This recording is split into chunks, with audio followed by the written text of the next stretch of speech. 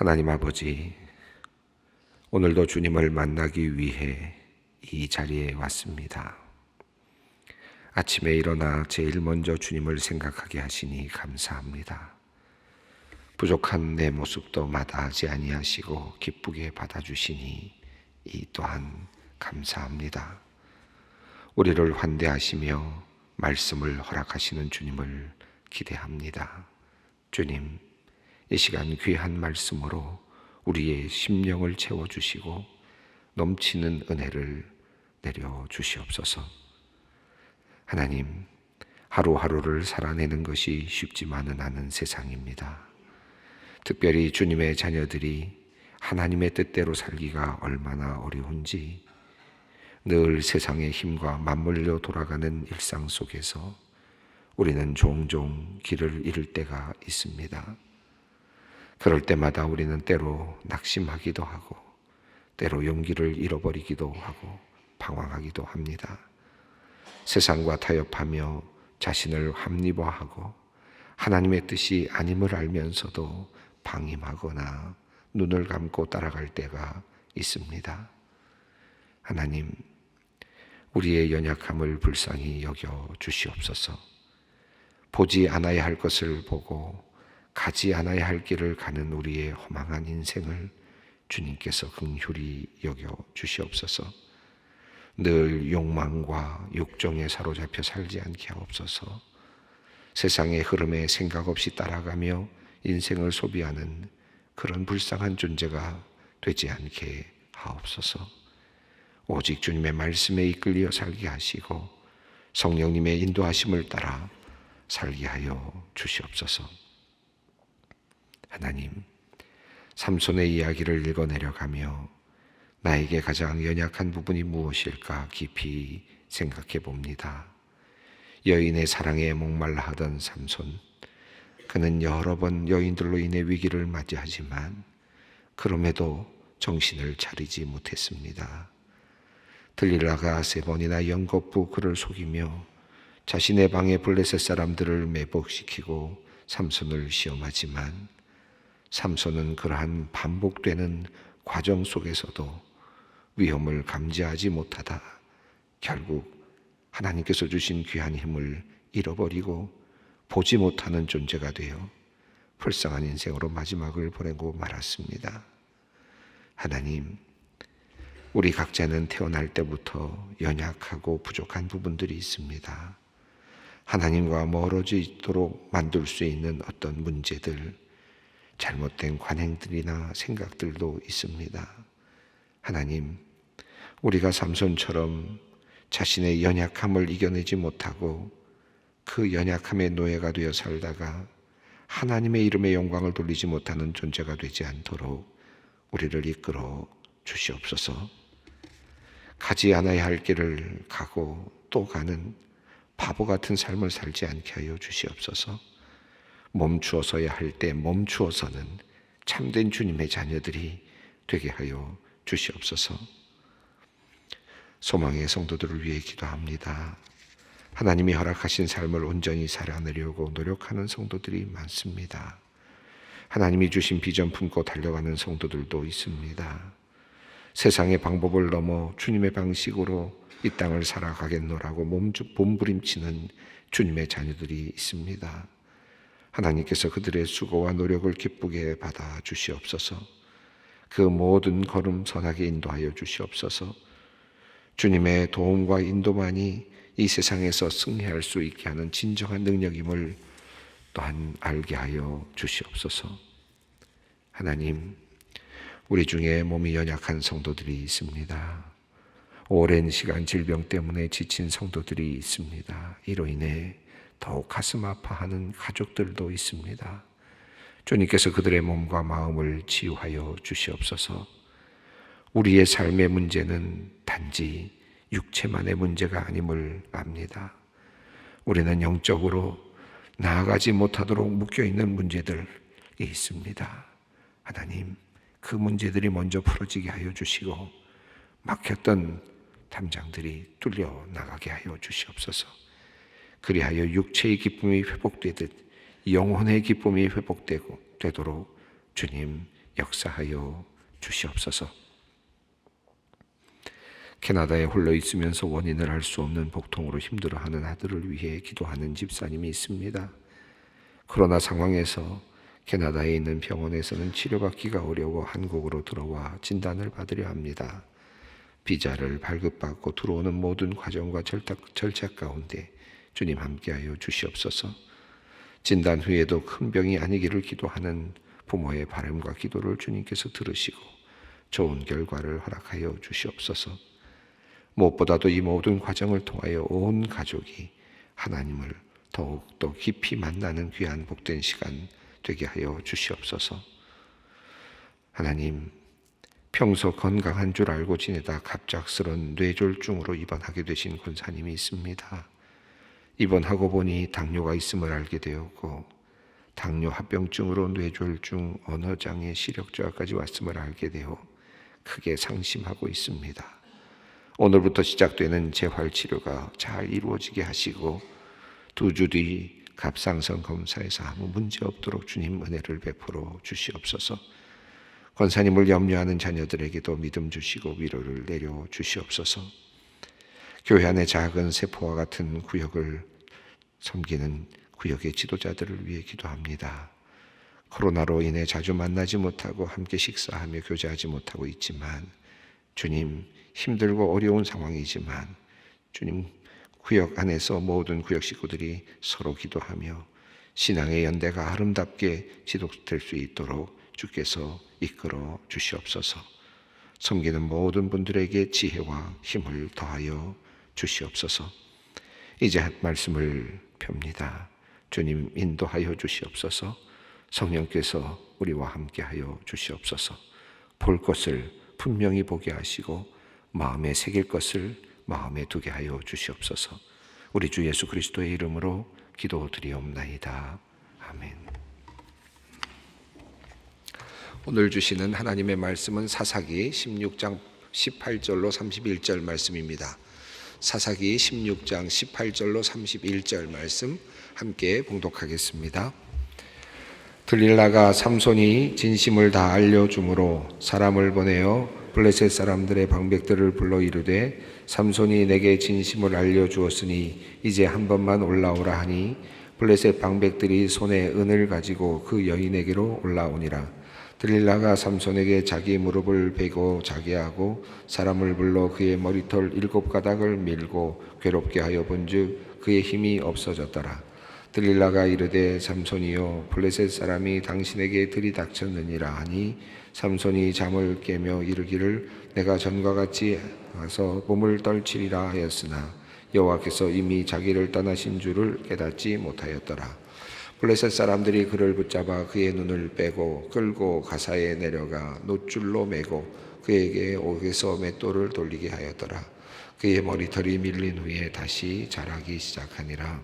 블레셋 사람의 방백들이 이르되 우리의 신이 우리 원수 삼손을 우리 손에 넘겨주었다 하고 다 모여 그들의 신 다곤에게 큰 제사를 드리고 즐거워하고 백성들도 삼손을 보았으므로 이르되 우리의 땅을 망쳐놓고 우리의 많은 사람을 죽인 원수를 우리의 신이 우리 손에 넘겨주었다 하고 자기들의 신을 찬양하며 그들의 마음이 즐거울 때에 이르되 삼손을 불러다가 우리를 위하여 제주를 부리게 하자 하고 옥에서 삼손을 불러내매 삼손이 그를 위하여 제주를 부리니라.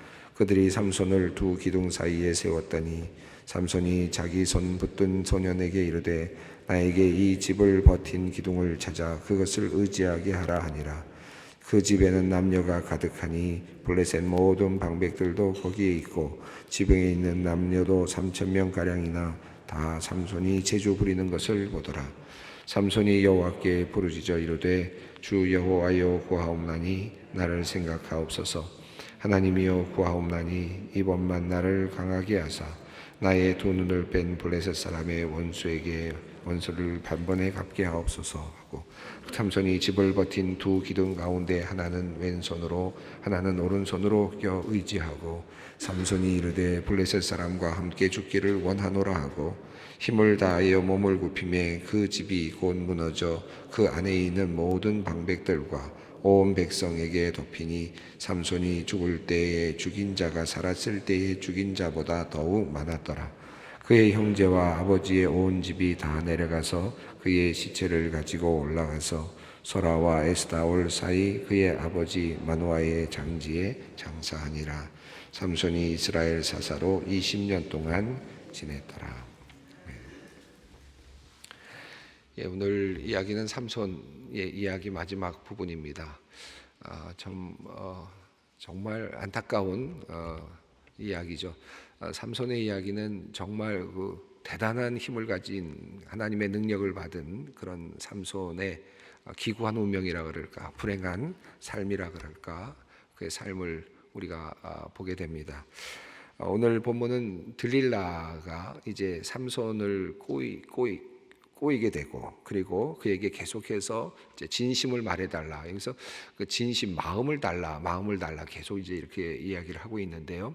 원래 그 중요한 정보를 지금 알아내기를 원했던 거죠. 들릴라는 지금 그에게 돈을 주겠다고 약속한 블레셋 방백들이 있었습니다. 어마어마한 돈을 주겠다고 하는 그런 방백들의 꼬임에 넘어가서 지금 들릴라는 삼손을 이제 꼬이려고 하고 있습니다. 그래서 삼손에게 진실을 말해달라, 당신의 힘이 어디서부터 오는지 이야기해달라라고 계속해서 추궁했습니다. 결국 이 삼손이 마음이 괴로워졌다. 앞서 나오는 그 본문 말씀에 이런 내용이 나오는데요. 그 전에 있는 16절 말씀이죠. 날마다 그 말로 그를 재촉하여 조르매 삼손의 마음이 번뇌하여 죽을 지경이라. 그래서 여기서 지금 들릴라는 삼손에게 마음을 달라고 이야기를 합니다. 당신이 나에게 마음을 주지 않았다. 그런데 정작 들릴라는 마음을 줬습니까? 들릴라도 마음을 주지 않았습니다. 들릴라 역시 마음을 삼손에게 주지 않았습니다. 그러면서도 마음을 달라고. 그러니까 들릴라는 자신의 마음은 주지 않고 삼손의 마음을 달라고 계속해서 요구를 합니다. 그럴 때 삼손이 그 마음이 번뇌하였다. 그 마음이 둘로 갈라졌다는 뜻인데요. 이 마음이 번뇌했다는 것은 두 마음이었다라는 뜻인데 무슨 마음이겠습니까? 하나님을 향한 마음, 하나님과 했던 약속, 절대로 이 이야기를 해서는 안 된다라고 하는 그 약속, 그것과 들릴라에게 또 마음에 들게 하고자 하는 그 마음, 이 두 가지 마음이 계속 섞이는 거죠. 그러면서 결국은 두 마음이 그만 갈라지고 말았습니다. 하나님을 향한 마음을 두는 것, 하나님께 온전히 마음을 드리는 것. 제가 지난 시간 마지막 부분에서 잠언 말씀을 읽어드렸습니다만은 하나님께 온전히 마음을 두라. 하나님께서 그렇게 요청하고 계시는데 삼손은 이제 그의 마음을 누구에게 두려고 하느냐 하면 들릴라에게 주려고 하죠. 그 가운데서 갈등이 일어났습니다. 내가 하나님께 마음을 둘 것이냐 아니면 들릴라에게 마음을 줄 것이냐. 지금 이 두 가지 갈등 속에서 있다가 결국은 들릴라에게 자기의 마음을 주고 맙니다. 이 들릴라에게 마음을 준다는 얘기는 결국은 하나님께 주던 마음을 이제 끊었다라는 말과도 같은 뜻이겠습니다.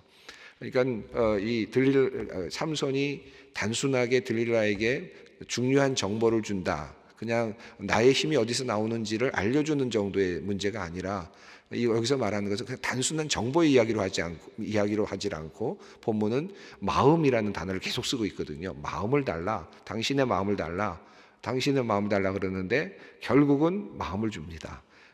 진심을 담아서 여기서 진심이라는 표현을 쓰고 있는데 마음을 주고 말았습니다. 이 말은 하나님께 주던 마음, 하나님께 드려야 되는 마음을 이제 여인에게 넘겨준 것입니다. 세상 것에게, 세상에게, 욕정, 인간의 탐욕, 이런 것에게 그만 내주고 만 것이죠. 그래서 마음이 그를 향하고 말았습니다. 그 순간 하나님께 드려야 되는 마음이 그만 끊어지는 상황이 됩니다. 이것 굉장히 중요한 거죠. 이것이 결국은 이제 하나님의 영역, 하나님의 영, 하나님의 능력이 그에게서 떠나는 그 시발점이 되는 것입니다. 그러니까 어느 시점에서 힘이 빠졌을까요? 하나님이 어디서부터 하나님께서 그에게 능력을 주시지 않았으면 적절했을까요? 19절 한번 읽어보겠습니다. 들릴라가 삼손에게 자기 무릎을 베고 자게 하고 사람을 불러 그의 머리털 7가닥을 밀고 괴롭게 하여 본즉 그의 힘이 없어졌더라. 자, 이 말씀을 읽다 보면 우리가 어떤 생각이 드냐 하면 하나의 그 주문과 같은 느낌이 들지 않습니까? 비밀을 가지고 있었는데 그 비밀을 딱 풀어내자마자 역시 확실하게 그 힘이 사라지는, 그러니까 머리를 밀면 결국 나의 힘이 사라질 것이다 라고 하는 하나님과 있었던 약속을 이야기했습니다. 삼손이. 그런데 그 약속, 그 많은 다른 약속도 있었지만 그 삭도로 되지 마라라고 하는 이 약속을 마지막으로 가지고 있었습니다. 아마도 삼손은 머리로부터 힘이 나온다고 하는 그런 확신을 갖고 있었던 것 같아요. 머리를 밀면 안 된다라고 하는 그 확신을 갖고 있었던 것 같습니다. 그래서 그 이야기를 했거든요. 그러자 들릴라가 7가닥을 밀어보았습니다. 그러자 힘이 없어지는 것이 보였습니다. 우리가 이걸 그냥 하나의 매직처럼, 하나의 주문처럼 이해할 수도 있겠는데, 저는 이 글을 쭉 읽으면서 삼손의 이야기를 읽을 때마다 이런 생각합니다. 하나님이 어느 시점에서 그를 버리셔야 했을까? 삼손을 버리셔야 했을까? 하나님께서 삼손을 어느 시점에서 버리셔도 타당했는가? 그런 생각을 한번 봅니다. 여러분, 앞서 나오는 딥나에 내려가서 이방 여인과 결혼하려고 할 때 이미 하나님께서 나실인으로서 그를 세우셨던 것에 대해서 이미 파기가 일어난 겁니다. 이미 나실인으로서의 자격이 사실은 없는 거거든요. 이방 여인과 결혼한다, 이미 나실인으로서의 어떤 자격은 없는 겁니다. 또 그 다음에 또 가사로 내려가서 기생, 결국 매춘부거든요. 매춘부와 그냥 뭐 그의 삶 자체가 그렇게 살아가는 거거든요. 자, 그렇다면 그런 삶을 보면서 하나님이 떠나신다, 하나님의 영이 떠났다 해도 아무 문제 없는 거죠. 하나님은 이미 떠나실 때를 지나치신 겁니다. 삼손의 삶 속에서 삼손이 했던 삶을 보면 하나님이 언제든지 떠나셨어도 타당한 시점이었습니다. 그렇지 않습니까? 뭐 이방 여인과 결혼하겠다고 달려들 때부터, 그 다음에 또 딥나로 내려가서 기생과 만날 때부터, 어느 때서든지, 또 쓸데없는 사륙을 할 때부터 어느 때서든지 하나님께서는 떠나실 수 있었습니다. 그런데 하나님은 떠나지 않으셨거든요. 그럼에도 불구하고 끝까지 기회를 주시는, 그리고 마지막 머리를 밀 때까지 기다리는 거예요. 머리까지 미는 것까지, 마지막 것까지도 하나만 있어도 하나님께서는 계속 계시는, 하나님의 영이 함께 하시는, 저는 이 삼손의 이야기 속에서 인내하고 계시는 하나님, 인내하셨을 하나님의 그 고통이 느껴지거든요. 삼손을 보면서 얼마나 안타까우셨을까. 근데 결국은 이 머리를 밀지 말라고 하는 그것까지도 결과적으로는 그가 발설하고 말았습니다. 자, 그러자 자기 자신이 밀지는 않았지만 다른 사람에 의해서 그 머리카락이 밀려지게 되는데, 머리털 7가닥을 밀었다고 되어 있습니다. 그러니까 많이 밀었다고도 할 수 없을 것 같아요. 일부를 밀었다고 할 수 있겠는데, 자, 이렇게 밀자 힘이 사라졌습니다. 자, 20절 읽어봅니다. 들릴라가 이르되 삼손이여, 블레셋 사람이 당신에게 들이닥쳤느니라 하니 삼손이 잠을 깨며 이르기를 내가 전과 같이 나가서 몸을 떨치리라 했으나 여호와께서 이미 자기를 떠나신 줄을 깨닫지 못하였더라. 자, 이게 얼마나 우습습니까? 이제 힘이 사라진 겁니다. 하나님은 그가 마지막 것까지 지키지 못할 때까지 하나님께서는 끝까지 참고 계셨다. 결국 이제 그가 머리까지 밀게 됐을 때 결국 하나님께서 그를 이제 떠나십니다. 하나님의 영이 떠나셨습니다. 여기서 하나님의 영이라고 하는 그 개념이 나와 있지는 않지만 지난 시간에 설명드렸습니다만, 여기서는 하나님의 영이 힘을 쓰게 하는, 능력을 발휘하게 하는 그런 어떤 하나의 그 능력의 근원으로 이렇게 표현을 하고 있죠. 21절 읽습니다. 블레셋 사람들이 그를 붙잡아 그의 눈을 빼고 끌고 가사에 내려가 놋줄로 매고 그에게 옥에서 맷돌을 돌리게 하였더라. 여기 보면 가사로 내려갔습니다. 그가 가사에서 어떤 일이 있었습니까? 매춘부와 만나고 그 여인을 희롱하고 그리고 그냥 돌아오는 그런 정도의 사람이었죠. 그리고 문을 다 뜯어가지고 그리고 짊어지고 60km 이상을 갔던 장사의 모습이었습니다. 그런데 그곳에 그만 끌려갔습니다. 흥미로운 것은 눈을 뺐다라는 표현입니다.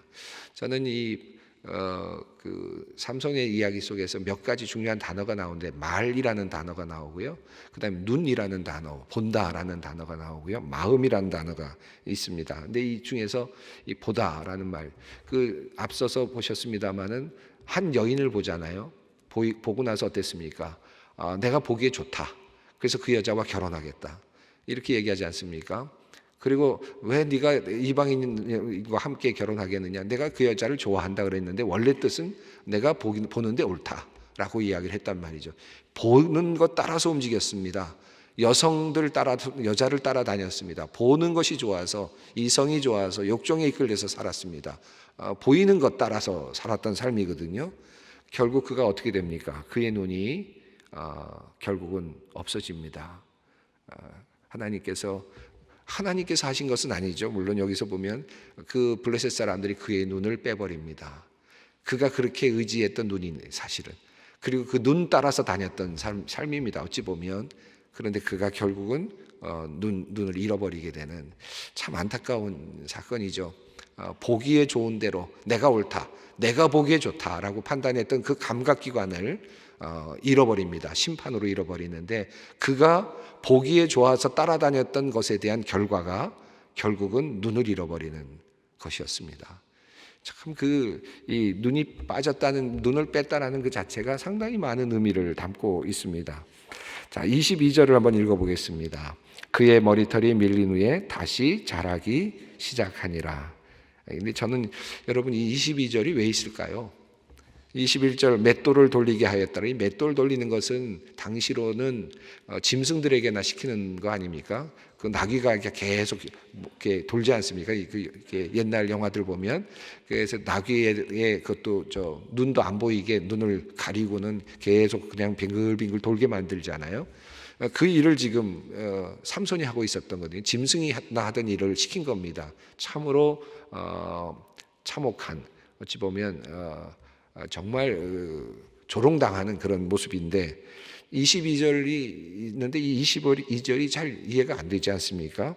그의 머리털이 밀린 후에 다시 자라기 시작하니라. 무슨 얘기를 하려고 하는 걸까요? 이 22절이 불필요한 이야기인 것 같기도 하고, 저는 22절에서 어떤 느낌을 받느냐 하면 아무런 하나님의 말씀도 없고요. 여기 하나님의 어떤 메시지도 없습니다. 머리털이 자라면 그가 힘을 다시 쓸 것이다 이런 것도 없고 어떤 내용도 없는데 22절이 어떤 느낌을 주느냐 하면 뭔가 다시 희망이 자라나는 것 같은, 그죠? 무언가 희망을 주시는 것 같은, 머리털이 다시 자라나니라. 그게 어떻다는 거지? 이미 한번 머리털이 밀렸으면 끝난 건데, 하나님과의 약속은 어겨진 건데 이미 끝난 것인데 이거 무슨 의미가 있지? 법적으로 따지면, 약속으로 따지면 아무런 의미 없는 문장입니다. 지나가는 문장입니다. 그런데 머리털이 밀린 후에 다시 자라기 시작하니라 라는 말 속에 희망이 움트는 것이 느껴지거든요. 여러분 어떠신지 모르겠어요. 뭘까요? 하나님이 머리털이 또 자라는 모습 속에서 다시 머리털이 밀리지 않은 것처럼 보아주실 수도 있겠구나 라고 하는 그런 가능성이 열리는 것을 보게 되죠. 이것은 희망의 메시지인 것 같아요, 저는. 그리고 이 말씀과 더불어 뒤에 이어지는 하나님의 역사가 나타나지 않습니까? 그가 이제 그곳에서 다곤 신전에서 이제 그 사람들을 죽이는 장면이 나옵니다. 23절, 24절은 다곤 신전에서 그들이 모여서 이 다곤 신이 우리를 도와주어서 이렇게 이런 일이 일어났다라고 그렇게 즐거워하는 내용입니다. 다른 신에게 영광이 돌아가도록 만든 사람이 삼손이 되고 말았습니다. 그리고 25절을 보면 제주를 부리면서 그들에게 희롱당하고 있는 그런 모습을 보게 되죠. 가사에 가서 그는 여성을 희롱했을 것입니다. 그런데 이제 그는 그곳에서 자기 자신이 희롱을 당하고 있는 처지가 되었습니다. 자, 26절, 27절을 보면 그 내용이 소년에게 그곳에 있는 그 기둥 중에서 중요한 기둥이 어디인지를 알려달라고 이야기를 하고, 그리고 그곳에는 3,000명 정도의 사람이 있었다라는 사실을 이야기합니다. 28절을 읽어보겠습니다. 삼손이 여호와께 부르짖어 이르되 주 여호와여 구하옵나니 나를 생각하옵소서. 하나님이여 구하옵나니 이번만 나를 강하게 하사 나의 두 눈을 뺀 블레셋 사람에게 원수를 단번에 갚게 하옵소서 하고, 저는 28절 보면서 굉장히 비장한 내용이지만 그러나 저는 28절을 보면서 삼손이 끝까지 아쉽다 하는 생각이 드는데, 왜냐하면 앞서서 나왔습니다만 이제 그 안에 그 딥나에 있었던 여인과 그 아내 된 가정을 죽인 그 블레셋 사람들 원수를 내가 갚겠다. 또 아내를 빼앗기고 나서 또 내가 원수 갚는다. 이 계속 원수 갚는 그런 과정으로서 전쟁이 일어났거든요.